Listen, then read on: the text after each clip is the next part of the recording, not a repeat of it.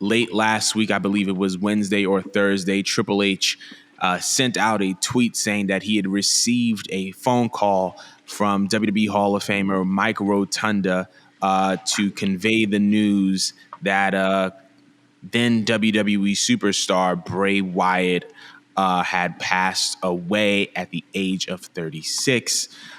This was obviously followed up by a series of tributes on SmackDown, on Raw, and even on All In, as the wrestling world kind of mourned the loss of easily one of the most creative superstars in the history of WWE. I know that it kind of shook me up to the point where I couldn't even really talk in the group chat. I was just so shocked. But I kind of wanted to know Mo, kind of where you stood on his passing, just kind of like how you felt, and ultimately, what is the legacy of Bray Wyatt? Yeah, when I got the news for Bray Wyatt, I think I was like in the middle of the gym, and I just remember just scrolling through my fucking phone, and I saw the news, revealed by Triple H, at least for me. And at that point, like, it just felt like time just froze.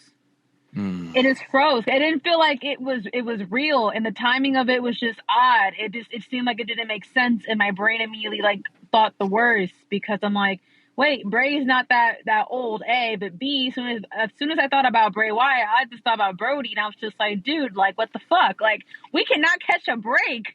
We cannot catch a break as wrestling fans for the last 3 years. So we done lost Terry the day before, all right? And we lost Jay Briscoe. We done lost Brody. Losing Bray Wyatt, it was not only random, but it hurt me in multiple ways. It hurt me because, like, he is such a phenomenal talent that was not properly used.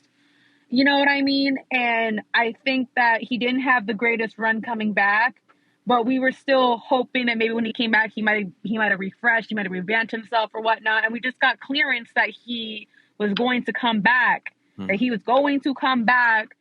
That he didn't have that specific set day, but he was cleared 2 weeks prior. So again, to me, I'm like, what the fuck?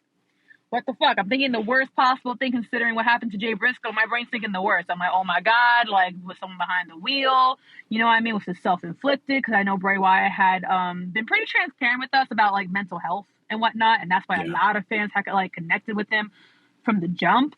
I also was like, I don't know. All I know is that this is a father of like 3, 4, 5 kids. He's fairly young. This is before age 40, if I'm not mistaken. It was age 36 that he passed away from. Yeah. I was so distraught. I just couldn't stop crying. I was to a point where I just put my phone down because I couldn't. Like, I felt like a tightness in my chest, and it just felt like in that moment, we all kind of came together once again as a wrestling community. I feel like it affected us, and I felt almost like a terrible person slightly. Cause I was like, damn, I was kind of shitting on this man's run, and now he's gone. I'm just wishing he was here, not just because he's gone, no, but because Bray Wyatt has so much in the tank to give to wrestling, and in such a short time that he was here. I feel like, God damn it, these fucking headphones. I'm trying to cut a monologue here. In his short time, Bray connected to fans in a very different way. I know that we constantly compare him to being like the next coming of The Undertaker, or being some weird hybrid of Taker and Kane or whatnot. But I thought Bray like brought something very different to not only the company but to the fans, because he was so raw. He was so raw, and the way he would like string along his hardships into these characters that he created and kind of put us in a different mythical world where he expressed himself, it was just different. It was something so different that I felt like as fans we kind of needed, and we definitely could relate to. And I feel like he was trying to give us more elements of those type of things with his current character, but we just never got a chance to see it come full circle, you know? True. And it's just frustrating. It's very frustrating, because then it made me think as well, damn, WWE must be sitting there thinking they could put anyone else on the shelf and that they could come back to them whenever they can. And it just put into perspective to me that, like, you really could have these people employed and see them smiling and put on a damn good match one day, and they could be gone the next day. Yeah. You know? it was just insane to me. It was so insane. I cannot imagine how Bray, not Bray, how Braun Strowman must feel, how Eric Rowan must be feeling, how JoJo's feeling. I cannot, I can't put into words what they're going through. But you know, my condolences goes to him, to them, I should say, to his family members, to his children. It sucks that now they're going to be fathers. It sucks that JoJo is, you know, now going to be a widow. Shout out to WWE, by the way, by trying to direct all the merch sales for Bray Wyatt's merchandise to just get sold to helping out the family. But it's just such a sick and sad situation, man. Yeah. R.I.P. because he to me was definitely a legend in the making that had so much to give, but we just never had a chance to see him truly peak to what he could have possibly have been. What do you think about all of this, Jordan? Walk us through. So, I think the first thing that kind of popped up into my mind when I heard of his passing was that you never really know what someone is going through, right? And I think that, once again, we were kind of critical of that pitch black match at the Royal Rumble between him and LA Knight, because we kind of just expected so much from Bray Wyatt, considering the caliber of talent that he is. But if I'm being completely honest, first and foremost, well, secondly, I guess I can say, is my heart goes out to JoJo and them kids. I can only I can't even imagine what it's like to be a widow. I can't imagine what it's like to be a child who has unexpectedly lost their father. And so I think that my heart goes out to them, and I'm sending them all my love and all my well wishes. But when we're talking about Bray Wyatt, it's interesting because while he wasn't utilized properly, the glimpses of Bray that we had gotten over the past 10 to 13 years have been nothing short of phenomenal and special. I mean, we can talk about his feud with The Undertaker. We can talk about his feud with John Cena in the Firefly Funhouse match. We can talk about even him and Randy. You know what I mean? Like, and there were also kind of so many moments in between that served as very, very valuable moments that he was a part of. Whether we can talk about WrestleMania 32 and how in the middle of the ring with The Rock put him over, right? That was a moment. We can think about the debut of The Fiend when he like just first popped out with that mask and that entrance against Finn Balor at SummerSlam. We can talk about him and Daniel Bryan getting into a feud. We can talk about his feud with Roman Reigns. You know what I mean? Like, there were so many moments that Bray Wyatt gave to us that were such a testament of how incredible he was, of how creative he was. And I think that I think that it's interesting because you consider him a legend in the making. I consider him a legend because if this was all from the mind of Bray Wyatt, we're talking about someone who is easily, if not the most creative superstar that WWE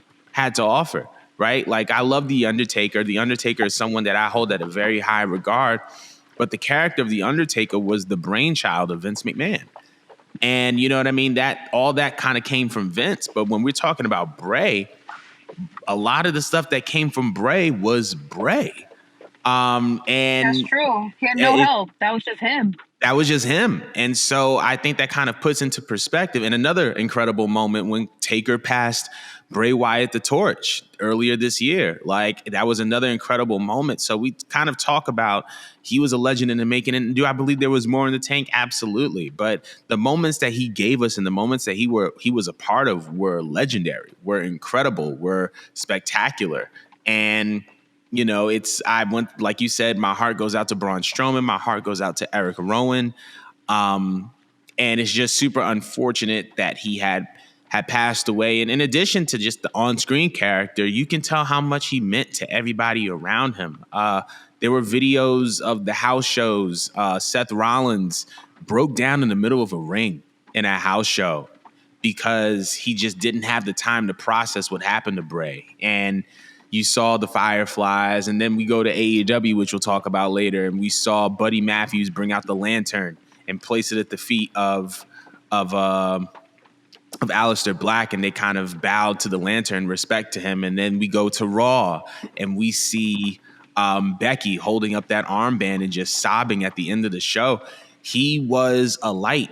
He was radiant, and he captivated so many people, not just on screen, but behind the scenes, and so many people loved him. And I think that that's kind of the most important thing. You know, we talk about wrestlers and performers and athletes all the time, but how many people do we know that are great in the ring, or good in the ring, or great on the mic, or good on the mic, and their character is totally out of jack? We're going to get to that later. But and this is all that is what it's about, though. Like the yeah, way Bray touched not only the fans but his colleagues and everyone around him. Hell, my dad don't even watch wrestling nowadays, and he fucking knew who Bray Wyatt was, and he was just like, yeah. he was tight. He was upset. He was tight. He's just like, there's no fucking way. There's no fucking way. Like, bro, he touches you in a totally different way. And the crazy thing about being like a wrestler is that you do have to be just a little bit insane or just be a little bit off to do this shit. You know, in a weird way, you really do have to believe in your own shit. But the best thing about being a wrestler is the way you can really amplify your own self and then take to the audience. And that's just what he just did. I don't even know the man, but shit, about time I was done like sifting through all these memories that they were playing to Bray Wyatt. I just broke down crying again, like I done lost my own homie. I was like, damn, like, I'm sorry. You were talking, I almost got emotional. I had to just shed a little. You're good. You're good. We're gonna move off because like we gotta move. But before we go into the next topic, we just want to say, Bray, thank you. Bray, thank you for everything that you've contributed to this business, every idea that you've made. You wore your heart on your sleeve. You gave us everything that you have, even when when circumstances weren't exactly ideal for you. And we're grateful for you, and we love you, and we're going to miss you. And rest in peace, Bray Wyatt. I'm not taking any comments on this. It's just rest in peace, Bray Wyatt. But we're gonna move on.